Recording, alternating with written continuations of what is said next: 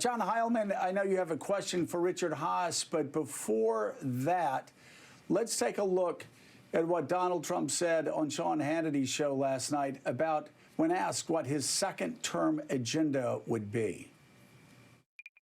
Let's talk about a second term. If you hear in 131 days from now, at some point in the night or early morning, we can now project Donald J. Trump has been reelected the 45th president of the United States. Let's talk. What's at stake in this election as you compare and contrast? And what are your top priority items for a second term? Well, one of the things that will be really great, you know, the word experience is still good. I always say talent is more important than experience. I've always said that. But the word experience is a very important word. It's in a very important meaning. I never did this before. I never slept over in Washington. I was in Washington, I think, 17 times. All of a sudden, I'm president of the United States. You know the story. I'm riding down Pennsylvania Avenue with our First Lady, and I say, this is great. But I didn't know very many people in Washington. It wasn't my thing. I was from Manhattan, from New York. Now I know everybody. And I have great people in the administration. You make some mistakes, like, you know, an idiot like Bolton, all he wanted to do is drop bombs on everybody. You don't have to drop bombs on everybody. You don't have to kill people. I just don't know, John Heilman, how something can be at the same time so perfectly predictable and yet so shocking. But there it was.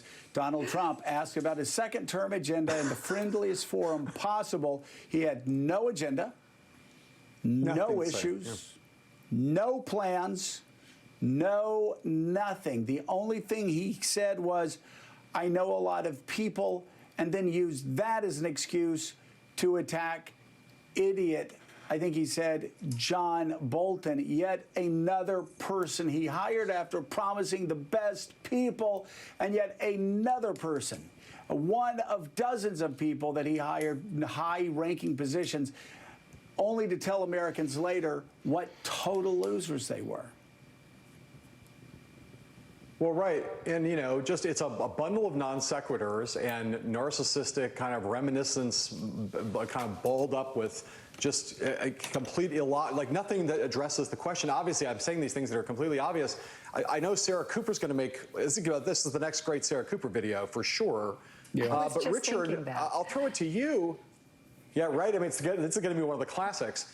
Richard, I'll throw it to you just because I think Joe and I both read we both heard this thing and thought, like, what is this? And it raises, you've worked with presidents. I'm curious if what you see in this, to the extent that you see anything beyond what we've already said, which is incoherence and illogical non sequitur. But also, does this not raise the possibility in a strange way that if Donald Trump has, as we've been suggesting all morning, perhaps recognizes he's losing and has in some ways given up on running a normal campaign or to try to turn it around?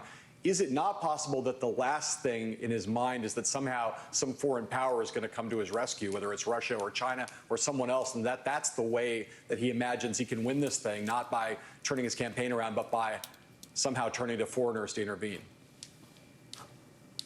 Look, it was stunningly revealing. Talk about out of gas, no agenda, no second-term plan. This is a guy who totally operates on instincts. It's tactics.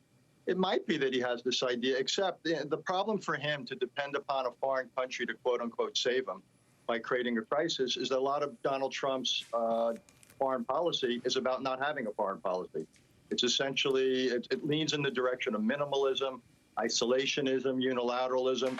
He wants to get out of Afghanistan. So it's hard for me to see him wanting to get into anything big. Something small, though, he wouldn't mind. And the two possibilities, I would think, John, one would be Iran, the possibility of U.S. and Iranian ships colliding in the Persian Gulf, an Iranian-backed militia attacking U.S. forces in Iraq, maybe something with the nuclear agreement, or possibly China. China right now, you saw what they did against India. They sunk a Vietnamese boat. They're buzzing Taiwan. They're buzzing Japan, and so forth. And the question is, could that lead to an incident which would feed into his anti-China strategy? But I must quickly say, be careful what you wish for. Because, again, something like that could very quickly escalate or get out of hand. And I don't think that is what the country needs at a time we're dealing with everything from COVID-19 to divisions over race to tens of millions of unemployed. Rick Stingel, let me ask you a question in the other direction. What happens if Joe Biden is elected president?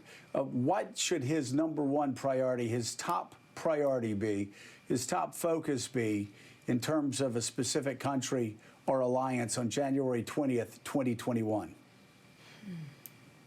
Well, I think the first thing he has to do, Joe, and I'm sure we all agree with this, is kind of heal the breach, to kind of heal the country spiritually, to heal the country economically, to heal the country in terms of inequities and racial justice. Just the kind of moral resonance of Joe Biden is what the country needs after the kind of criminal activity of a president who has violated every norm. So, I mean, his mere presence, I think, will do a lot just to move the country forward. But I think, going abroad, I think he has to look at Iran and talk and think about how to kind of re-up the Iran deal. I mean, the Iran deal made us safer. Every day we are getting less safe because Iran is putting back together its nuclear capacity. I think one of the first things he should do is go back into the Paris Climate Accord, which Trump got us out of, which makes us an international pariah. And I think he has to make some kind of agreement with Vladimir Putin to kind of stop Russia from continuing to invade and infect our country. I mean, I wrote a new forward to my book about how much domestic disinformation is greater than foreign disinformation. But the Russians will be trying to work this election exactly like they did in 2016. They have a lot of learning. And Barack Obama said to them, stay out, Joe Biden has to tell them to stay out as well. All right, Rick Stengel, thank you so much. We'll be looking for the new paperback edition of your book, Information Wars. And Richard Haass, new book, The World, A Brief Introduction. Richard, thank you as well. And now